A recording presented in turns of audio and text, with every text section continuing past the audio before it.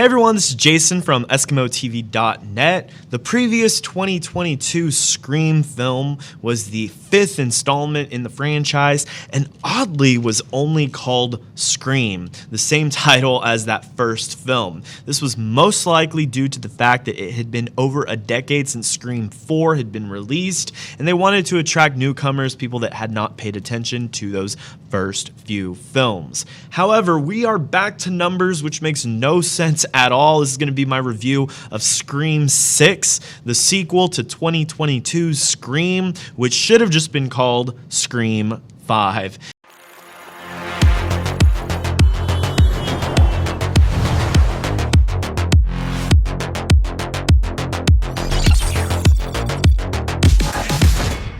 If you prefer to read my review, you can check that out over at EskimoTV.net. Despite being the longest film in the series and unnecessarily over the top, Scream 6 is still an effective, fast-paced thrill ride featuring eerie sequences, a mysterious, unpredictable whodunit, and is easily the goriest film in the franchise, if that sort of thing matters to you. If you like the last Scream installments, you are probably going to love this one. It is more of the same. If this series has not been your cup of tea, this film is probably not going to win you over. Nonetheless, I think it is one of the more clever films in the franchise that have been released. The plot continues from where the previous film left off. Sisters Tara and Samantha, played by Jenna Ortega and Melissa Barrera respectively, move from Woodsboro to New York with their twin friends Chad and Mindy, played by Mason Gooding and Jasmine Savoy Brown. When a series of new Ghostface killings ignite within New York, our group must figure out who is behind these murderous events. The plot is nothing new for a Scream film. It's a classic whodunit, who's behind all of these murders. But in this one, we do have a closer connection with these newer characters that we were just introduced in the last film. We know more about them, and they are all a bit more intriguing due to the trauma that they've all endured throughout the last film. Interestingly, the narrative portrays Sam as an overprotective sister and Tara as the sister that doesn't want to have someone over her shoulder at all times and is ready to move on, something that Tara wishes Sam could do. This dynamic was very intriguing. I thought that it was very realistic of what two people might feel like after having gone through something very traumatic.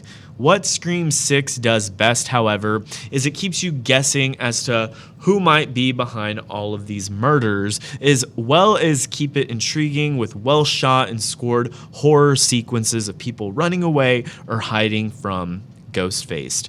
The most tension-filled part of the film for me is when a group is crossing from one building to another using a ladder that is acting as a bridge between these two windows of these two buildings. It's absolutely tension-filled.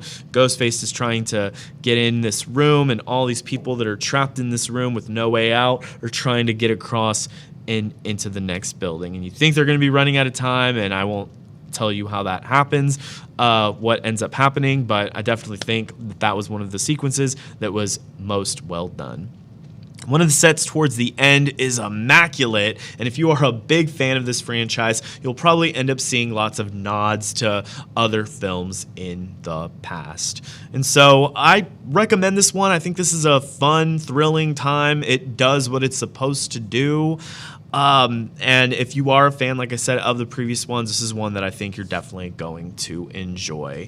And I'm going to give Scream 6 a B+. That'll be my review of Scream 6. Let me know what you think of Scream 6 in the comments below. Are you looking forward to this movie? Have you seen it? What are your thoughts on it? I'd love to know all your thoughts in the comments below. And if you enjoyed this video, be sure to smash that like button. You can also consider subscribing to the channel if you want to see more videos like this one in your feed. And if you prefer to read or just want to check out my website to see the other stuff that I post, you can check out EskimoTV.net. I have reviews and news, entertainment news from myself as well as other authors.